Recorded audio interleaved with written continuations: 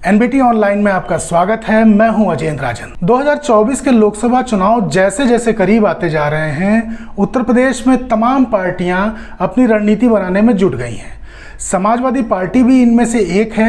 वो भी अपनी रणनीति पर तेजी से काम करती दिख रही है। हर चुनाव से पहले कुछ नया प्रयोग करने वाले समाजवादी पार्टी के मुखिया अखिलेश यादव इस बार भी कुछ नया करने जा रहे हैं। अब अखिलेश की इस रणनीति का लाभ समाजवादी पार्टी को मिलेगा या नहीं, ये तो लोकसभा चुनाव के परिणाम ही बताएंगे। लेकिन अखिलेश तेजी से अपनी रणनीति पर काम करते दिख जरूर रहे हैं। इस नए प्रयोग में वह मुसलमानों को अपना मानकर चल रहे हैं, जिसने 2022 के विधानसभा चुनाव में करीब करीब एक मुश्त सपोर्ट समाजवादी पार्टी को किया। वहीं दूसरी तरफ वह पार्टी का बेस वोट बैंक यादवों के साथ पूरा पिछड़ा वोट बैंक और दलितों को भी जोड़ने पर पूरा जोर लगा रहे हैं। इस जाति की सियासत में अखिलेश सॉफ्ट हिंदुत्व की छवि भी खड़ी करने की कोशिश में दिख रहे हैं। आइए समझते हैं कैसे। दरअसल पिछले कुछ दिनों की प्रमुख घटनाओं पर अगर नजर डालें तो समाजवादी पार्टी की स्थिति स्पष्ट होने में मदद मिलेगी। शुरुआत स्वामी प्रसाद मौर्य के रामचरितमानस पर दिए बयान से। पहले ये बयान बिहार के मंत्री की तरफ से आया, बाद में स्वामी प्रसाद मौर्य ने इसे आगे बढ़ा दिया। स्वामी प्रसाद मौर्य का बयान आया तो शुरू में तो ऐसा लगा कि सपा शायद इसके लिए तैयार नहीं थी। फौरन पार्टी की तरफ से इस बयान से किनारा करने की कोशिश की गई।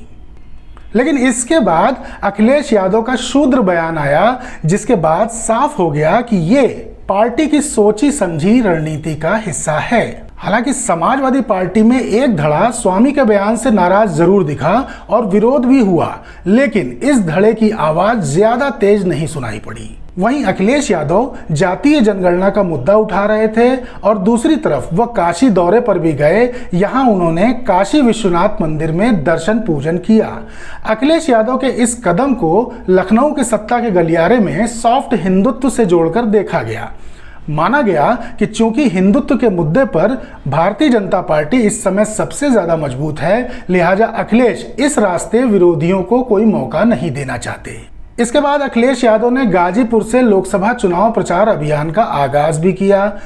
बता दें, यूपी विधानसभा चुनाव 2022 में गाजीपुर जिले की सभी सीटों पर समाजवादी पार्टी गठबंधन ने कब्जा जमाया है।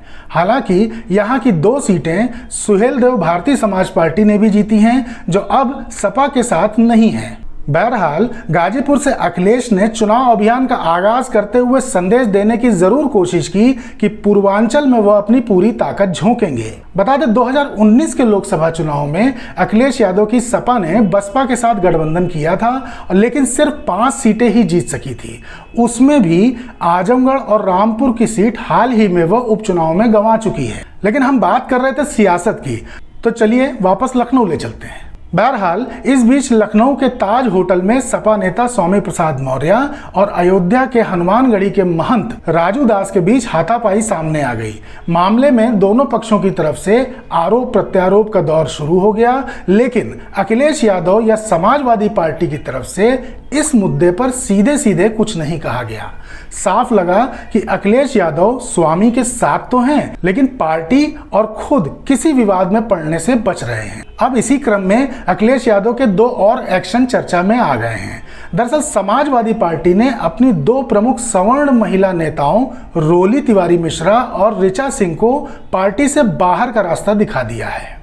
खास बात यह है कि ये दोनों ही नेता स्वामी प्रसाद मौर्य के बयानों का विरोध कर रही थी। निष्कासित होने के बाद दोनों ही नेताओं ने सपा पर आरोप भी लगाया है कि बिना उनसे कोई जवाब मांगे एक तरफा कार्रवाई कर दी गई। वहीं गुरुवार को ही अखिलेश यादव का एक और निर्देश भी सामने आया। समाजवादी पार्टी के राष्ट्रीय सचिव हैं राजेंद्र चौधरी।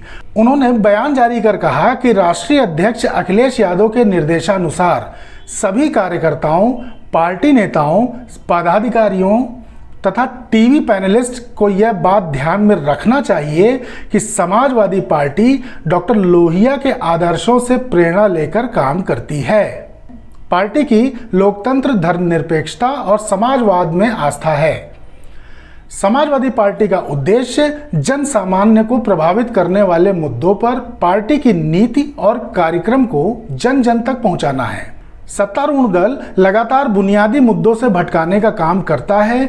हमें उनके बहकावे में नहीं आना है, इसलिए सभी को सांप्रदायिक मुद्दों पर बहस से परहेज करना चाहिए। हमें राजनीतिक चर्चा और बुनियादी सवालों पर ही अपना पूरा ध्यान रखना है। धार्मिक मुद्दा संवेदनशील मुद्दा है, हमें अनायास उससे संबंधित बहसों में नहीं उलझना चाहिए।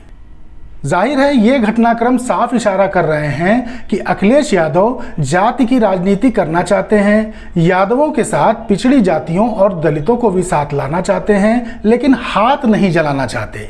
वह खुद को आस्थावान भी दिखाकर बीजेपी की हिंदुत्व पिच के बगल में खड़े होकर सॉफ्ट पिच पर खेल सजाना चाहते हैं।